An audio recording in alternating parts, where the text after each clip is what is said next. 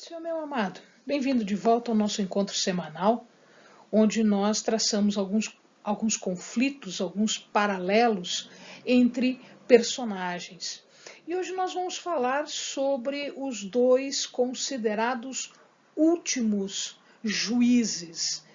Sansão está colocado lá como último juiz no livro dos juízes, mas nós vamos encontrar alguma manifestação, alguma referência de que existiram mais dois juízes em Israel e que fizeram esse trabalho, né, de direcionar o povo, de julgar o povo. É sobre esses dois que nós vamos falar hoje. Nós vamos falar hoje sobre uma vida consagrada. Pegue a sua Bíblia, pegue o seu caderno, pegue o seu lápis, sua caneta, enfim, ore ao Senhor, peça sabedoria, peça entendimento, discernimento para o que nós vamos estudar agora. Amém? Vamos lá para mais um Conflitos e Paralelos.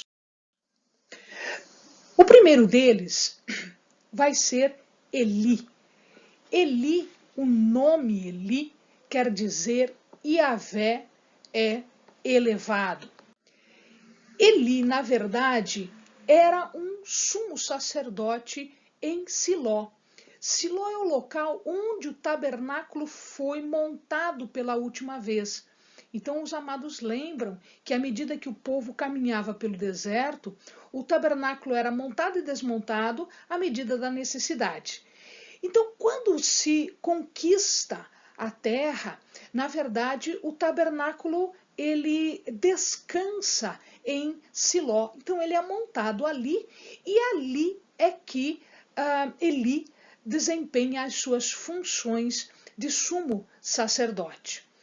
Na verdade, nós vamos encontrar uma menção de que ele não era só o sumo sacerdote, mas ele também julgava o povo.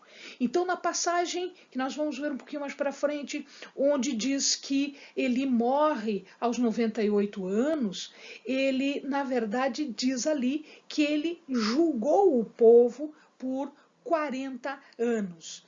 Ele, na verdade, substituiu Sansão. Sansão é o último personagem lá do livro dos juízes. E o amado já viu, nós já fizemos um vídeo sobre a pessoa de Sansão. Então, quem substitui Sansão, quem fica no lugar de Sansão nas funções de juiz é Eli. Mas Eli também acumula a função de sumo sacerdócio. Na verdade, veja, aqui existe uma situação que a Bíblia não nos explica muito bem. Ele não é descendente da linhagem de sumo sacerdote que era de Eleazar. Na verdade, ele é descendente de Itamar. Itamar não estava na linhagem, porque ele era o quarto filho, né? E Eleazar era o terceiro filho. Os dois primeiros, nós lembramos, eles foram mortos. Deus os feriu e os matou, porque eles eram inconsequentes na obra do Senhor. Então, Eleazar ficou na linhagem, né, substituindo Arão como sumo sacerdócio. Mas a Bíblia não nos explica por que, num determinado momento, os descendentes de Itamar é que passaram a ser sumos sacerdotes. Isso só vai mudar com Salomão.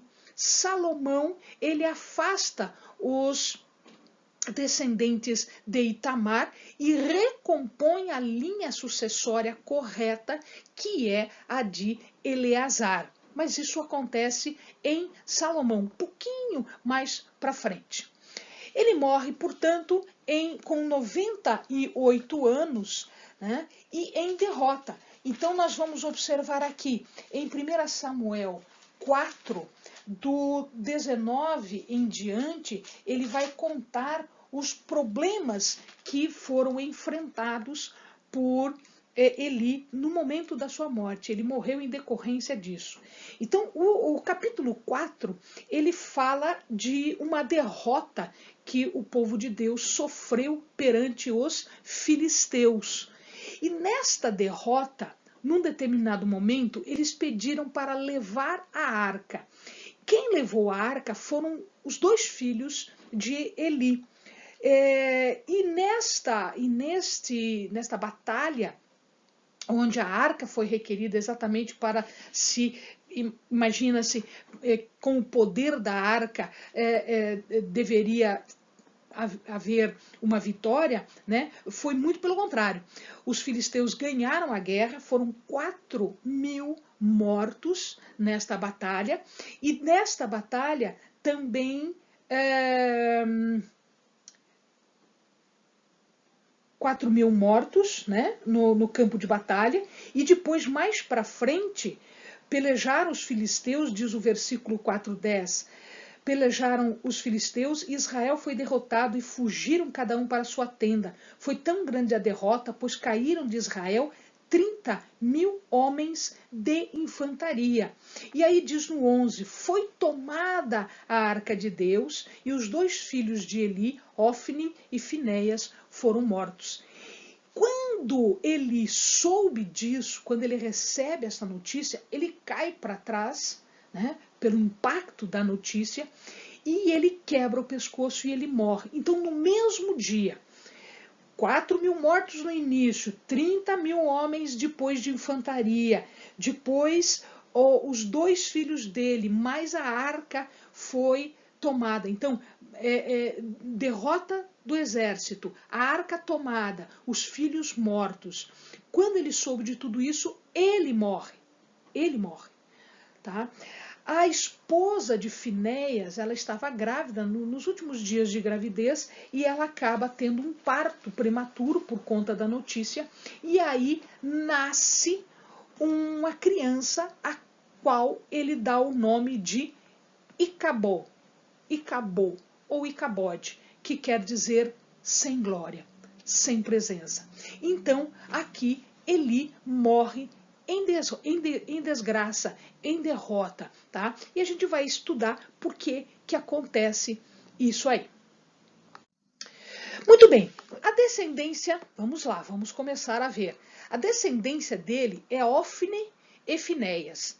Este Ofni e Finéias eram os filhos mais velhos, portanto, dele, e eles trabalhavam junto ao pai, a Eli, no tabernáculo. Então, eles faziam as funções de sacerdotes no tabernáculo. Eles estavam sendo preparados porque, ao morrer Eli, eles iriam tomar o lugar do pai. Mas Ofni e Finéias, segundo a palavra, eram pessoas que não tinham nenhum tipo de temor a Deus. Eles não eram pessoas que se dedicavam de coração a Deus. Tanto isto é verdade que em 1 Samuel, no capítulo 2, no versículo 12, eles são chamados de filhos de Belial. Olha só, eram os filhos de Eli, filhos de Belial, não conheciam ao Senhor, apesar de terem sido criados fazendo estas funções e conhecendo, né, as funções e conhecendo o Deus Altíssimo. O que quer dizer filho de Belial? A tradução disso, dizer que alguém era filho de Belial nestas circunstâncias, queria dizer que a pessoa não tinha um valor, que a pessoa era iníqua, ela era imprestável para as coisas do Senhor. Deus não se agradava deles. E as pessoas também não, pelas coisas que eles faziam. Então, eles não tinham respeito às coisas de Deus, eles não tinham respeito aos sacrifícios que as pessoas traziam de coração para Deus. Então, neste caso, Deus já estava pondo na conta de Eli a criação, olha lá, meu amado, a criação que ele deu aos filhos, porque é ele que permitia este tipo de comportamento. Ele sabia o comportamento e ele nunca fez absolutamente nada mais duro, mais efetivo contra este comportamento. O comportamento era dito abominável. É o que diz no capítulo 2, no versículo 29. Olha só o que é que Deus fala para Eli. Ele está falando para Eli. Ele está cobrando de Eli, que era o pai desses moços. Por que pisais aos pés os meus sacrifícios e as minhas ofertas de cereais, que ordenei se fizessem na minha morada? Por que honras a teus filhos mais do que a mim, para tu e eles vos engordardes do principal de todas as ofertas do meu povo de Israel? Ele está cobrando. Então aqui, meu amado, meu querido, nós vamos ver a primeira lição. Eles já eram homens feitos? Sim. Eles já estavam trabalhando como sacerdotes perante o Senhor. Mas Deus não estava se agradando do jeito com que eles trabalhavam. Eles eram chamados de filhos de Belial.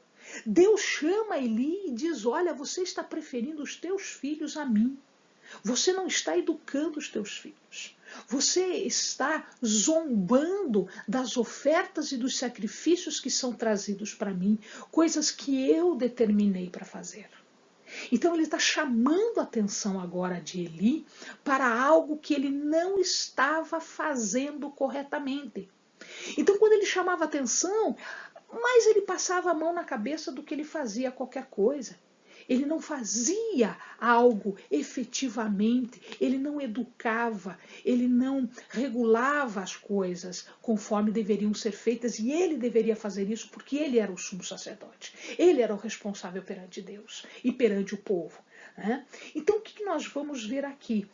Se o amado for ler depois com calma esta passagem, a partir do 29, Deus vai falar a Eli que ele vai trazer um castigo sobre Eli, ele vai diminuir o respeito do seu ministério, e isso já estava acontecendo, isso depois aconteceu ainda com mais força. Tá? Ele iria diminuir o respeito espiritual do povo, porque o povo, vendo aquelas pessoas fazendo isso com as coisas sagradas do Senhor, eles acabavam também tendo um comportamento desleixado, negligente perante ao Senhor. E isso fazia diminuir a qualidade espiritual, a adoção espiritual, a adoração espiritual do povo. E, por último, ele iria fazer um afastamento. A sua glória iria se afastar. Então nós vamos observar que efetivamente estas coisas estavam acontecendo. E é interessante, meu amado, que ele não criou só Ofni e Finéias, ele criou também Samuel. Samuel já estava com ele naquela época. Tá? O ambiente não era dos melhores, o ambiente era ruim, tá? A gente vai ver daqui a pouquinho. Mas Samuel começava a se desenvolver, ele começava a crescer perante Deus, crescer em estatura como homem, né? Porque ele foi tomado como criança ainda, e também crescer em termos espirituais. Deus estava agora tratando Samuel de uma forma diferente, conforme a gente vai ver um pouquinho mais para frente. Eli não corrigia. Olha só, olha aqui a passagem, 1 Samuel 2:23. Olha a correção de Samuel, de Eli. Ofni e Finéias faziam as coisas erradas, faziam as coisas sem zelo, sem cuidado, sem um mínimo de conhecimento de Deus. E ele disse assim, no 23, então ele lhes disse: por que fazeis tais coisas? Ouço de todo este povo os vossos malefícios. Não, filhos meus, não é boa a fama que ouço entre o povo do Senhor. Amado, desde quando isso é correção? Olha, não faz mais isso, tá? Então veja, não faz mais isso. Eu não gosto, Deus não gosta. Não faz mais isso. E é óbvio que eles não davam a menor importância, a menor atenção ao que Eli falava, porque ele não era duro na correção, ele não era rígido na correção como deveria. Por que deveria ele ir? Primeiro, porque é um relacionamento com Deus. E a gente tem que ter um relacionamento com Deus de forma correta, de forma honesta, a forma mais aberta, transparente possível, a de maior entrega possível. Segundo, eles eram da linhagem sacerdotal.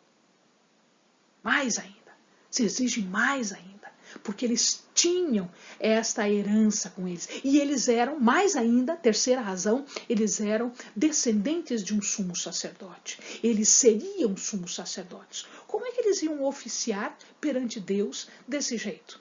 Como eles iriam representar o povo perante Deus desse jeito? Sendo negligentes desse jeito. Olha o exemplo que eles estavam dando para a população. Né?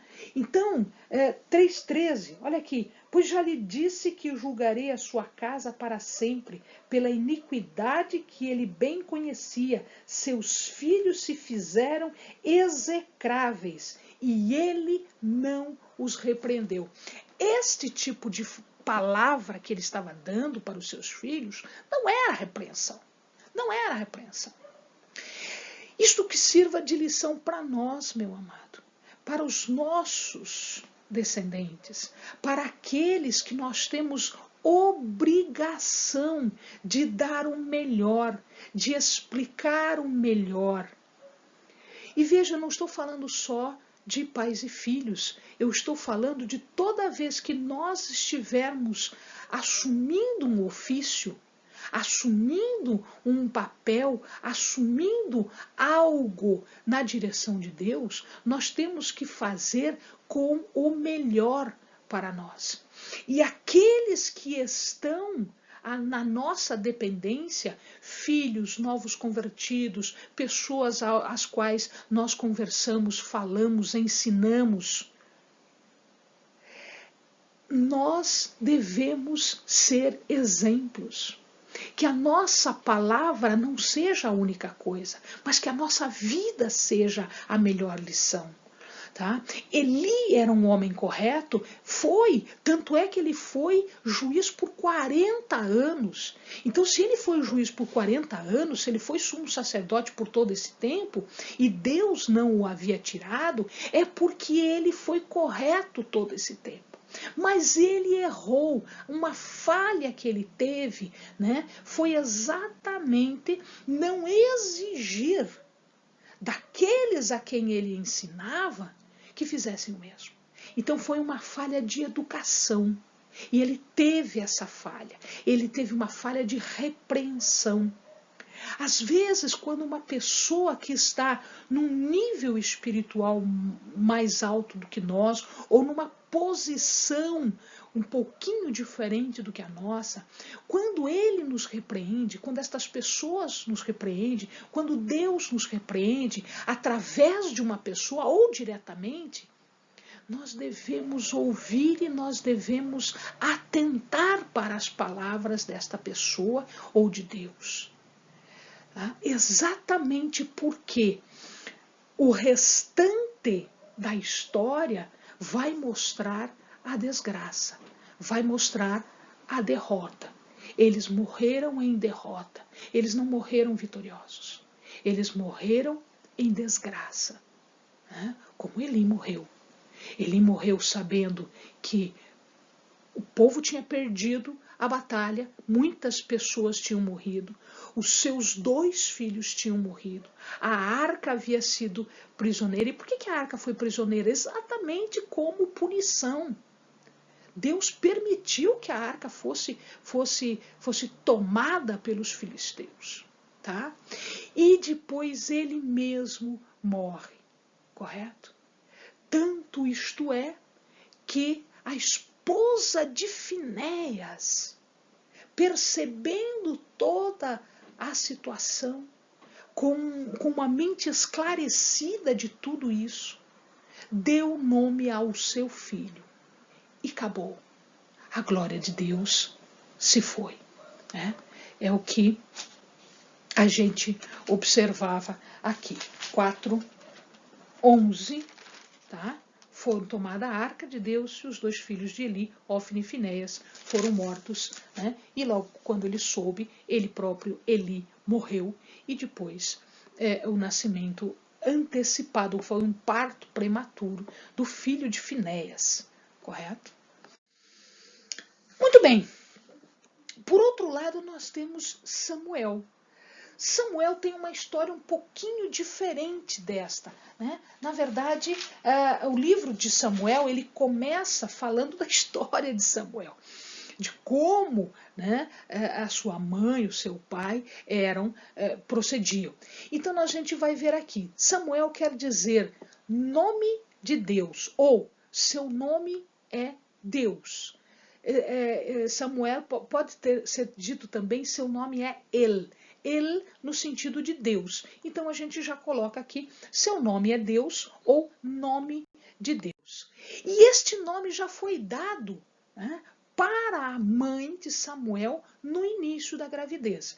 Então, veja lá, é uma história muito linda que está no primeiro capítulo, né, como Samuel é anunciado para a mãe.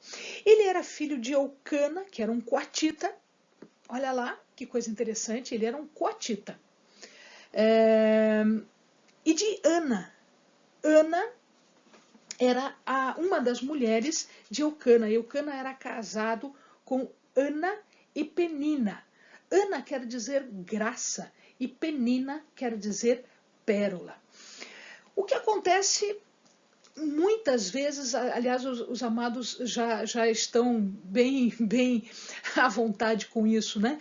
A maioria das vezes que eu falo aqui, o nascimento de uma pessoa, a sua mãe não podia ter filhos, não era? Muitas vezes nós fizemos isto aqui. Então, a mesma coisa que aconteceu com Samuel. Ana não podia ter filhos, Ana era estéril. Até então Ana era estéril. Mas o seu pai, Eucana, e Ana e Penina, e os filhos de Penina, eles vinham todo ano adorar o Senhor no tabernáculo. Então eles subiam para Siló e eles faziam adoração a Deus. E Ana sempre triste, porque ela não podia ter filhos, ela não tinha filhos. E é óbvio que além da questão cultural de uma mulher que não tem filhos, a insegurança de não ter filhos, uma vez que o filho é a garantia da velhice de uma mulher, né? Penina também azucrinava a vida de Ana, né? Fazia chacotas, zombava de Ana porque ela tinha filhos e Ana não tinha filhos. E numa determinada situação, eles subiram, Ana orando, chamou a atenção de Eli, e Eli teve a impressão de que ela estava embriagada porque ela fazia uma oração sem volume, né? Ela só mexia as bocas e não dava a boca e não dava para ouvir o som que ela falava. E ele chegou para ela e de repente ele ficou sabendo da situação de Ana. E ele abençoa Ana naquele momento. Ele diz assim, 17. Então lhe respondeu Eli, vai-te em paz, e o Deus de Israel te conceda a petição que lhe fizeste. Ele falou isso, certo? Então é uma promessa, ela saiu de lá toda feliz, e ela engravida. Ana, ela faz um voto para Samuel, ela faz um voto para Deus a respeito de Samuel. Lembra que nós falamos que Sansão era nazireu desde o ventre da mãe, ele era nazireu a vida toda? Samuel também era nazireu, porque Ana faz a promessa, era estéril, né? Fez esse voto de nazireato por Samuel. Ela promete a Deus consagrar Samuel e ela o consagra desde o ventre. E Deus ouve, Deus ouve. Tanto Deus ouve, meu amado, que depois que Samuel nasce, ela tem mais 6 filhos. Tá? Então, aí sim, ela começa a ter filhos. Mesmo no momento em que ela sabia que ela abriria a mão de Samuel para viver ali com Eli, para estar consagrada ao serviço do Senhor. Tá certo? Então, acontece desta forma, acontece que Samuel é consagrado ao Senhor, ele é nazireu desde o ventre da sua mãe, Ana. E Ana depois visita o seu filho, né? Depois que ela entrega o seu filho para Eli, ela vem de tempos em tempos, ela traz roupas, ela traz coisas para Samuel. E, eventualmente, ela começa a chegar com os irmãos de Samuel, né? Filhos de Eucana, seu pai, e filhos de Ana, sua mãe, que até então era estéril. Tá? Bom, o ambiente ali, meu amado, você já sabe que não era muito bom. O ambiente era um pouco complicadinho. Por quê? Porque os filhos de Eli eram pessoas execráveis, segundo a palavra. Abomináveis, segundo a palavra. Filhos de Belial, segundo a palavra. E esta era a opinião do povo, porque o povo tinha contato com Ofni e Finéias. E ali o que acontece? Eles sabiam que Ofni e Finéias não tinham nenhum zelo, nenhum cuidado, nenhum amor, nenhum conhecimento, nenhuma dedicação. Eles não adoravam o Senhor. Eles faziam o que era bom para eles, o que era agradável a eles. Eles negligenciaram, tá, o trabalho com o Senhor.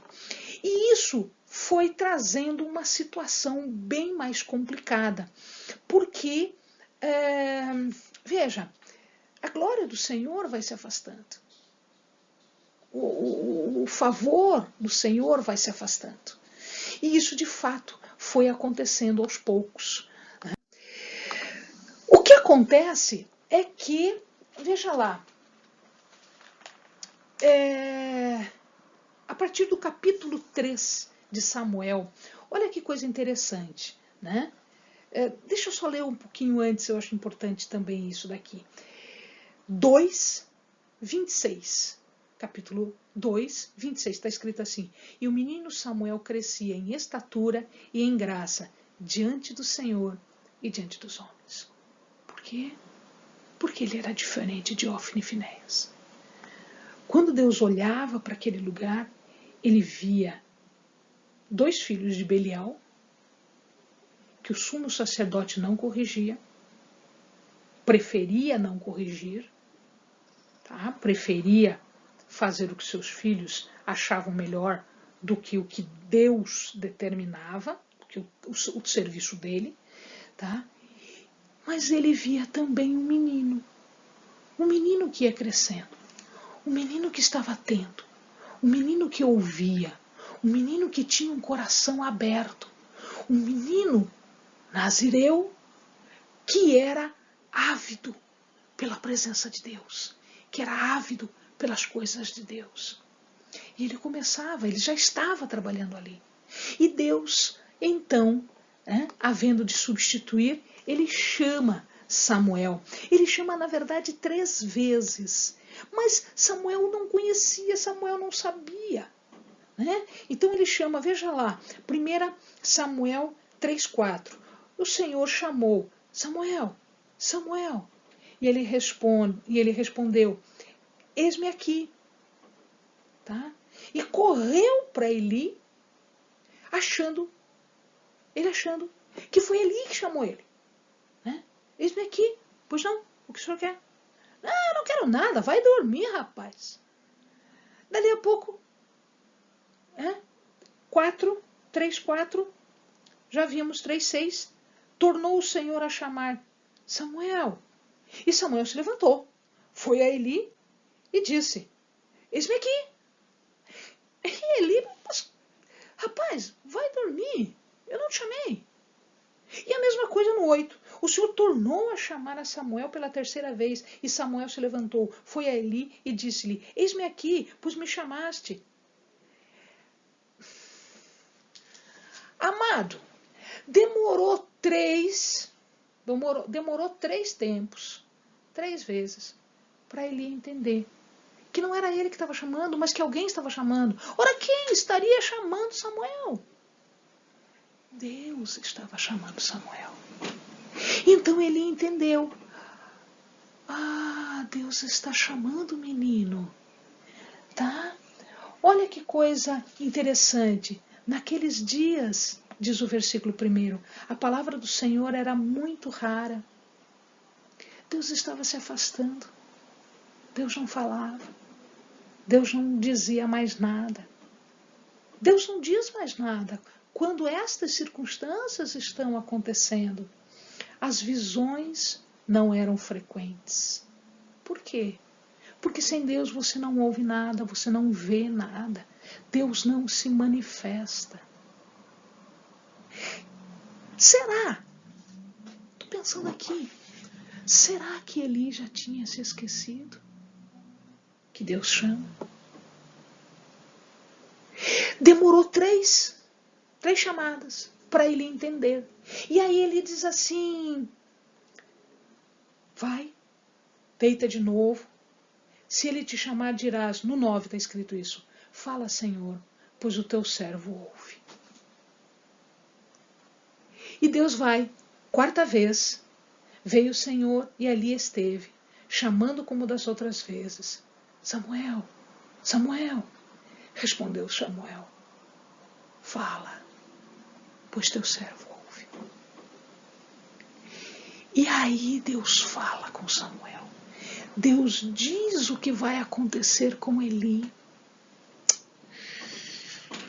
Dura coisa é recalcitrar contra o aguilhão. Deus diz para Samuel: olha, vai acontecer isso tudo, mas você é diferente. E é claro que Samuel conta para Eli. E Eli, então, ele aceita. Se é assim, então é assim. Eu vou aceitar o que vem do Senhor. Depois desse tempo, depois desse dia, o que acontece é que Samuel passa a ser conhecido como o profeta do Senhor. Ou seja, ele consegue ouvir. Os outros não mais. Deus havia se retirado deles. Deus estava agora com Samuel. E aí, 3,19, crescia Samuel e o Senhor era com ele. E nenhuma de todas as suas palavras deixou cair em terra. Então ele passa agora a ser conhecido como profeta do Senhor. Aqui nós temos o primeiro profeta depois de Moisés. Porque com Moisés, Deus falava face a face. E depois passou-se um monte de tempos, até a conquista, depois os juízes. Só de juízes foram mais de 350 anos de juízes. E Deus quietinho. Agora, Deus começa a falar. Então, agora, Samuel já se colocava com um ofício, um dos ofícios pelos quais ele viria a ser conhecido. Samuel, primeiro, antes de tudo, ele é profeta do Senhor. Então este é o primeiro ofício que Deus entrega nas mãos de Samuel. E pela palavra nós vamos ver que nenhuma das suas palavras caiu por terra. Ou seja, tudo que Deus disse através de Samuel aconteceu. Amém, amado? Muito bem, o que acontecia naquela época de importante? Guerra. Os filisteus, de novo, estavam assediando o povo. Derrotando, mataram 4.000 homens, como eu disse a vocês, nesta primeira guerra. Tá? E depois eles foram de novo, tentaram de novo, e foram mais 32.000 homens, diz a palavra do Senhor, ali no versículo 10 do capítulo 4. E é nesta circunstância que eles vão pedir a arca. Porque eles achavam que, veja, a arca aqui, amados, era um objeto de extremo valor. Ele era sagrado. É a base de todo o sistema de adoração judeu, porque ele estava num local sagrado. E ele deveria ser tratado com zelo, com cuidado, com diligência, com muito amor. E aí, o que acontece? Eles pedem a arca. Como Ofni e Finéias eram já sacerdotes, filhos do sumo sacerdote, e como ele já contava com 98 anos, o que acontece? Ofni e Finéias foram levar a arca. Eles levaram a arca. Mas não deu outra. O povo foi derrotado, 32.000 homens morrem, e os dois, Ofni e Finéias, foram mortos também. O pior, a arca foi tomada, os filisteus levaram a arca. Meu querido, olha o desespero de todo mundo. A arca, símbolo sagrado. A arca, o objeto mais sagrado de adoração ali, onde estava a presença de Deus. Ela é perdida para os filisteus. Quando contam isto para Eli, ele cai e morre. A esposa de Finéias, ao saber que o marido tinha morrido, que a arca tinha sido tomada, que o povo perdeu a batalha, 32.000 pessoas morreram também, ela acelera o parto, ocorre um parto prematuro, e aí então ela chama, né, ao menino de Icabô. Deixa eu só terminar aqui antes da gente ir para o segundo ofício. 4:21, chamou o menino e acabou, dizendo, foi-se a glória de Israel, porque a arca de Deus foi tomada e por causa do seu sogro e do seu marido. Tá? Então, essas circunstâncias aqui.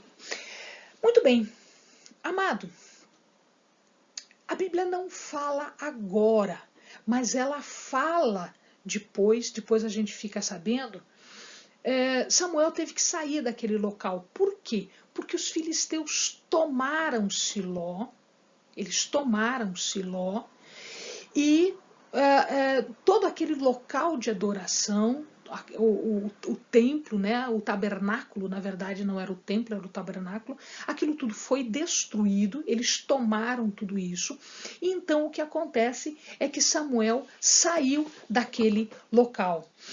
E ele agora recebe o segundo ofício de Deus. Então ele já tem o primeiro ofício, que era ser profeta. O segundo ofício de Deus que ele recebe era ser juiz. Então o que acontece aqui? Ele volta para o lugar de onde é a sua origem e ele estabelece principalmente em Ramá. Em Ramá ele erige um altar para Deus, porque o tabernáculo havia sido destruído, então ele monta um altar para Deus em Ramá e ele vai andando de cidade em cidade, fazendo o julgamento do povo de Deus. Então ele passa agora a assumir aquela função que era de Eli.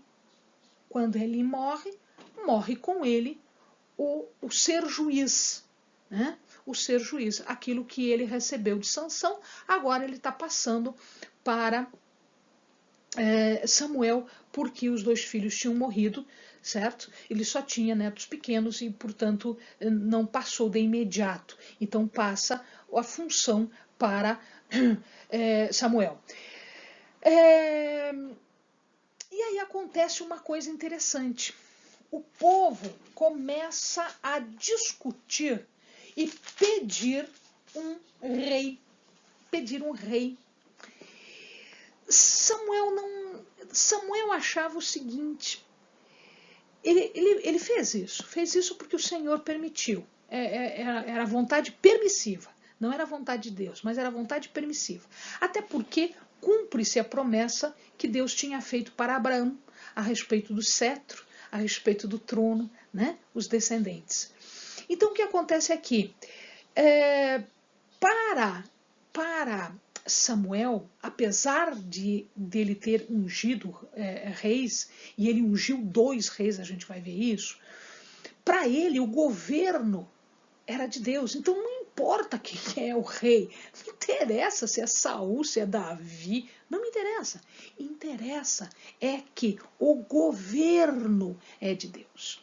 Mas o povo estava com aquela ideia, né? Porque tudo ao seu redor, todos os povos ao seu redor tinham reis. E então ele queria um rei. O povo queria um rei. Na verdade, o povo estava afastando, não a Samuel como juiz. Né? Deus diz isso para Samuel. Ele não estava afastando, ele não estava negando Samuel como juiz. Ele estava, na verdade, negando Deus como Deus, como rei deles. Porque eles eram o único povo que tinha um Deus como rei. Mas eles queriam ter um homem como rei. E Samuel não gostava disso, ele não se sentia bem porque ele via que esta não era a melhor opção. Mas ele fez o que Deus mandou. Ele foi contra e ele concordou. Né? Quando ele conversa com Deus, Deus diz a ele, faz o que o povo está pedindo. Não é contra você, é contra mim. Agora, diz para o povo as consequências disso tudo. Né? Diz para o povo as consequências disso tudo. E ele explica. Né? Agora, me parece que dentre as funções que ele exercia de juiz e de profeta, quer me parecer que a função de profeta ficou mais clara. Se o amado ler com calma ali, o capítulo 7, Samuel, ele fala, em todo lugar que ele vai, ele prega contra o arrependimento, ele exorta para que as pessoas tomem bom senso, tomem razão, que eles voltem a adorar ao Senhor. Então, ele vai fazendo, né, essa exortação em todo lugar onde ele vai. Ele explica isso em todo lugar onde ele vai, ele explica essas coisas. E ele, né, como profeta, ele impulsiona isso, correto? Então esta função me parece que é a função ainda maior do que a função de juiz, mesmo porque logo em seguida ele já unge Saul como rei, que é o primeiro rei ungido por ele. Tá? Entre esse meio tempo, entre essas circunstâncias, acontece uma coisa super interessante. É recuperado a arca é recuperada, é feito uma guerra contra os filisteus, isso está contado no capítulo 7, né? A partir do versículo 7, já existe uma vitória sobre os filisteus.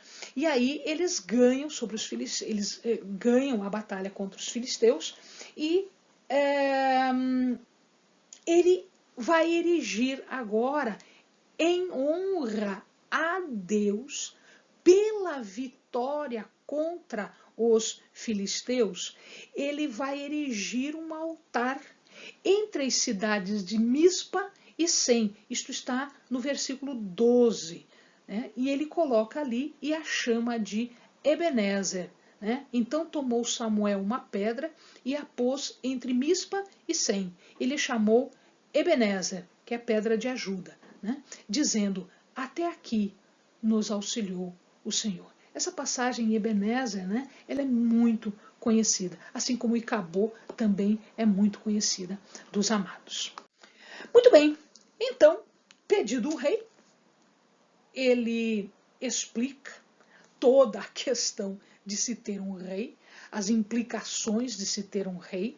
Ele deixa claro que o rei era o príncipe sobre o povo, era quem mandava no povo, era um homem que mandava no povo. E era um príncipe sobre a herança do Senhor, porque ele era colocado pelo Senhor. Então ele estava ali fazendo também essa mediação, né? Povo-Deus, não como sacerdote, mas como rei, né? Como governante, como aquele que vai exercer autoridade sobre o povo, mas que também sobre ele recaía toda a responsabilidade sobre o povo.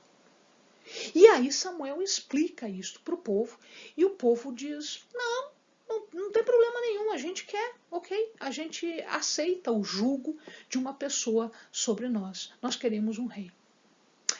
E então, Samuel, né, por ordem do Senhor, unge o primeiro rei de Israel foi Saul.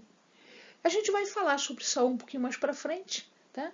No início, Saul teve um comportamento aceitável, satisfatório, ele fazia o que era devido fazer como um rei. Veja que ele não tinha muita certeza como é que era, porque afinal de contas ele era o primeiro rei, né? Então é óbvio que as únicas lições que ele tinha eram as lições dos povos em volta, mas não era a mesma coisa. Era um povo consagrado, era um povo separado, era um povo que tinha o seu Deus como rei, e agora era um homem. Então, no início, ele se sai até bem, mas, infelizmente, ele acaba cometendo alguns pecados, alguns erros muito grandes, alguns tropeços muito grandes, e o Senhor então percebe que o coração de Saul não estava com ele, e ele, portanto,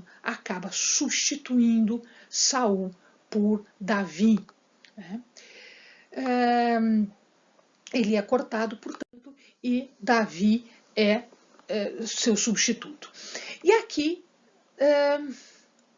Samuel é chamado por Deus e lhe é dito, vai lá, eu vou te mostrar quem eu quero.